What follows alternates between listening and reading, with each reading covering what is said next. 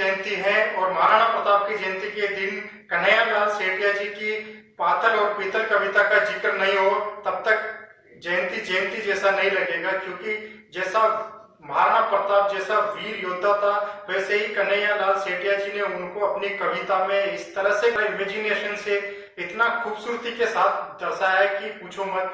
कविता की बात करेंगे दोस्तों थोड़ी देर बाद में, लेकिन पहले मेवाड़ का जो गौरवशाली इतिहास है उसकी बात कर लेते हैं। मेवाड़ का इतिहास बहुत ही अच्छा रहा है दोस्तों, और उसमें भी महाराणा प्रताप का, जब महाराणा प्रताप 1572 में राजा बने उदय सिंह के बाद, तो 1568 में ही जब महाराणा प्रताप राजा नहीं थे उससे पहले ही मुगलों ने मेवाड़ का जो पूर्वी हिस्सा था उसको हथिया लिया था, उस पर कब्जा कर लिया था।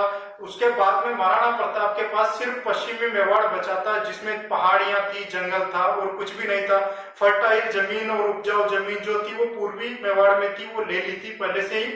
तो 1572 में जैसे ही महाराणा प्रताप राजा बने तो मुगल राजा अकबर को उनका पता चला, उनकी वीरता का पता तो पहले से ही था उनको, तो उन्होंने सोचा कि इनसे लड़ने से अच्छा है इनको मना लिया जाए और इनको भी दूसरे राजाओं की तरह अपनी तरफ कर लिया जाए। तो उन्होंने एक के बाद एक 4 उनके सहयोगी भेजे, फिर भी महाराणा प्रताप ने ना किया। महाराणा प्रताप से मिलने सबसे पहले जलाल खान को भेजा गया, उनसे मना कर दिया गया। उसके बाद आमेर के राजा मान सिंह को भेजा, उनसे भी महाराणा प्रताप ने मना कर दिया। फिर भगवत दास जी को भेजा, उसको भी मना कर दिया। लास्ट में टोडरमल को भेजा, लेकिन वो भी राणा प्रताप को मनाने में सफल नहीं हो पाए, और इससे गुस्सा आके अकबर ने मान सिंह को ऑर्डर दिया कि मान सिंह जाओ और उसको पराजित करके आओ। तो उसके बाद 1576 का 18 जून 1576 का जो हल्दी घाटी का दोस्तों युद्ध है वो इतिहास में गवाह है महाराणा प्रताप की वीरता का। महाराणा प्रताप के साथ जो भी लड़े थे आदिवासी उनका, और महाराणा प्रताप की सेना सिर्फ उनसे 3000 से 4000 सैनिक थे, और अकबर की सेना जो थी मान सिंह के नेतृत्व में वो बहुत ही ज्यादा थी, 5 से 7 गुना ज्यादा थी, मतलब 10 से 15,000 सैनिक थे। फिर भी दोस्तों महाराणा प्रताप की सेना ने बहुत डटकर मुकाबला किया और उनको एक तरफ हार का स्वाद चखाई दिया था कि महाराणा प्रताप का घोड़ा चेतक जो था उसकी टांग कट गई, और उसके बाद में महाराणा प्रताप पीछे हटने लगे और जंगलों में जाके अपने आप को बचाया। तो 1576 का जो हल्दी घाटी का युद्ध है वो वीरता के लिए विश्व विख्यात हो गया। 1576 के हल्दी घाटी के युद्ध के बाद दोस्तों महाराणा प्रताप अपनी बात पर कायम रहे और मुगलों की बात कभी भी नहीं मानी। उन्होंने मेवाड़ को हमेशा ही स्वतंत्र रखा, और हल्दी घाटी के युद्ध के बाद में तात्कालिक प्रभावों की वजह से मुगल लोगों का पश्चिमी राजस्थान और दक्षिणी राजस्थान पे प्रभाव कम होने लगा। अकबर भी लाहौर चला गया और वहीं से राजस्थान को और दिल्ली को मॉनिटर करने लगा। उसके बाद में महाराणा प्रताप ने मौका देख के 1582 में देवर का जो पोस्ट था मुगलों का उसको महाराणा प्रताप ने जीत लिया, और जो खोया हुआ पूर्वी मेवाड़ था उसको पुनः प्राप्त किया, स्वतंत्र करवाया और उस पर अपना राज्य साम्राज्य स्थापित किया। और उसके बाद में दोस्तों महाराणा प्रताप का किस्सा और उनकी वीरता हर जगह फैल गई। तो दोस्तों इस महाराणा प्रताप के इतिहास को और उनकी जीवनी को और उनके साथ हुई घटनाओं को राजस्थान के प्रख्यात कवि कन्हैयालाल सेठिया जी ने एक कविता में इतने अच्छे से इमेजिनेशन करके पिरोया है कि सुनने वाले के रोंगटे खड़े हो सकते हैं और एक जोश आ जाता है।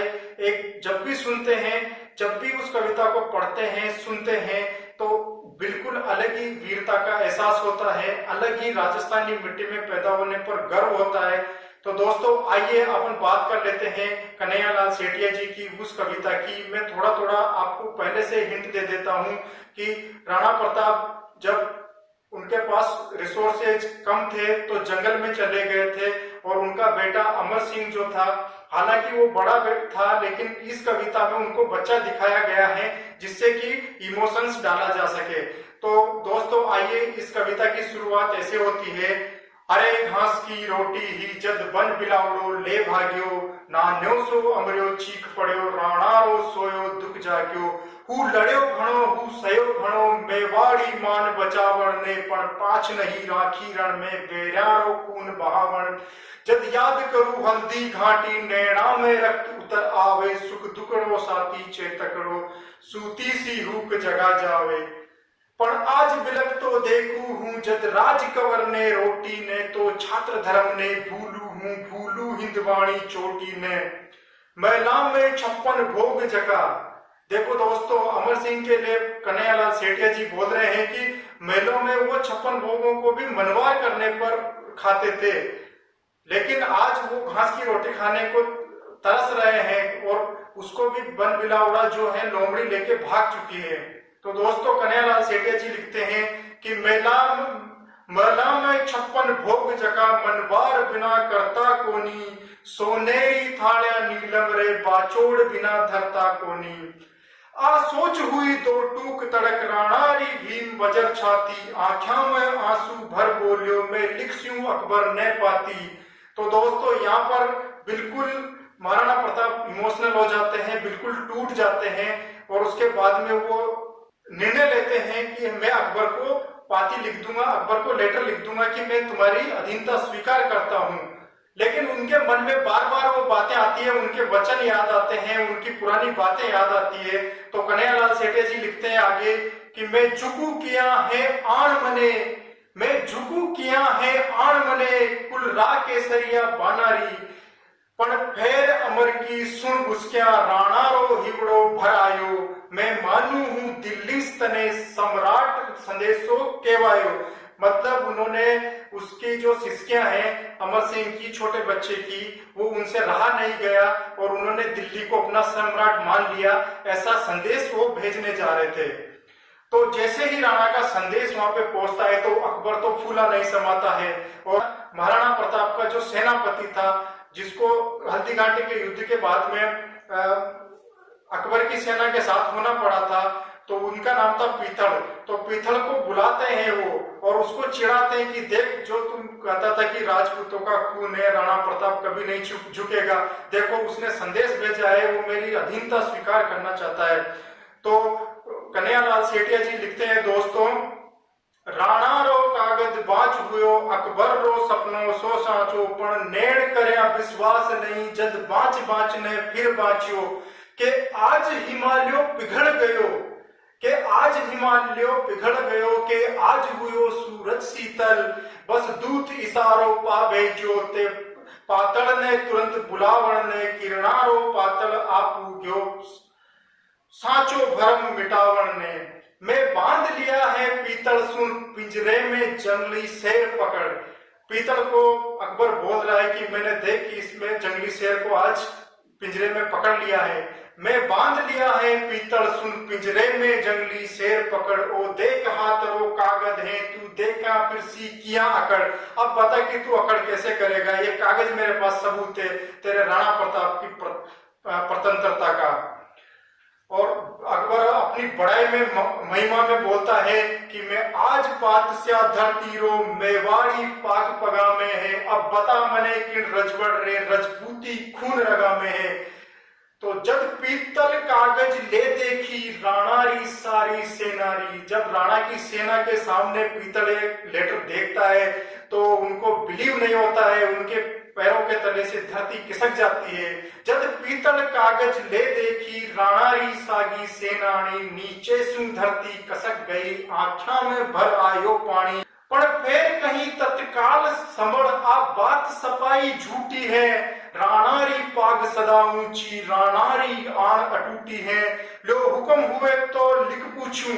अभी पीतल अकबर से बोल रहा है कि लो हुक्म हुए तो लिख पूछूं, राणा रे कागज रे खातिर, पूछ भला ही पीतल तू आप बात सही बोलियो अकबर।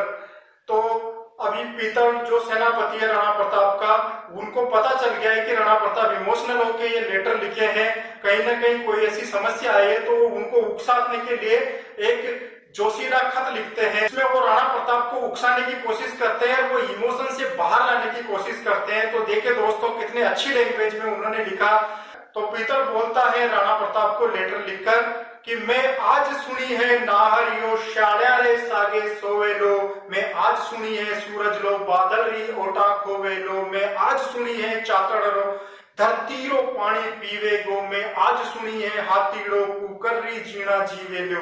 दोस्तों मतलब इसका हुआ है कि मैंने आज सुना है कि नाहर जो है वो लोमड़ियों के साथ सोएगा और सूरज बादलों की ओट में हमेशा के लिए छुप जाएगा, और चातक जो पक्षी होता है जो कभी भी धरती पर बैठ के पानी नहीं पीता, आज वो धरती कप पर बैठ के पानी पिएगा। ऐसा उल्ट पुल्ट हो गया है, हिमालय पिघल गया है, और हाथी जो है वो कुत्तों की जिंदगी जिएगा।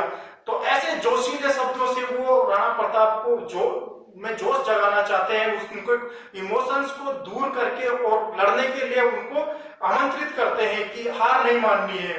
तो मारो हिवड़ो कांपे है मूछारी मोड़ मरोड़ गई, पीथल ने राणा लिख बेचो आ बात कटे तक गिना सही, पीथलरा आखर पड़ता ही राणारी आंखें लाल हुई, धिक्कार मने में कायर हूं नाहारी एक दकाल हुई, हूं भूख मरू हूं प्यास मरू, हूं भूख मरू हूं प्यास मरू, हूं भूख मरू हूं प्यास मरू, मैं वाड़ धरा आजाद रवे, हूं घोर उजाड़ में भटकू पण मन में मारी याद रहे, हूं रजपूतड़ रो जायो हूं रजपूती करज चुकाऊंला, ओ शीश कटे पण पाग नहीं, ओ शीश पड़े पण पाग नहीं, दिल्ली रो मान झुकाऊंगा। अब पीतल को महाराणा प्रताप बोल रहे हैं, उसका जवाब दे रहे हैं लेटर में कि पीतल के खिमता बादल री जो रोके सूरज उगाड़ी ने, सिंगारी हाथड़ सहले वे बा कूख मिली कर श्याली ने,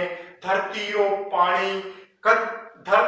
पानी पीवे इसी चातकरी चोच बनी कोनी, कुकर्री जीना जीवे हाथीरी बात सुनी कोनी। महाराणा प्रताप फिर लिखते हैं पीतल को कि तू अपनी मूछों को ऊपर ही रखना, बिल्कुल भी घबराना मत, मैं लड़ूंगा।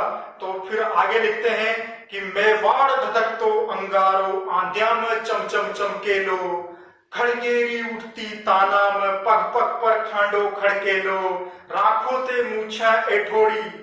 पीतल को बोल रहे हैं राणा प्रताप, राखो ते मूछा एठोड़ी लोहीरी नदी बहा दूला, हूं अथक लड़ूरा अकबर सू उजड़ियो मेवाड़ बसा दूला, जद राणारो संदेश गयो पीतलरी छाती दूनी ही, हिंदवाणो सूरज चमके हो अकबर री दुनिया सुनी ही।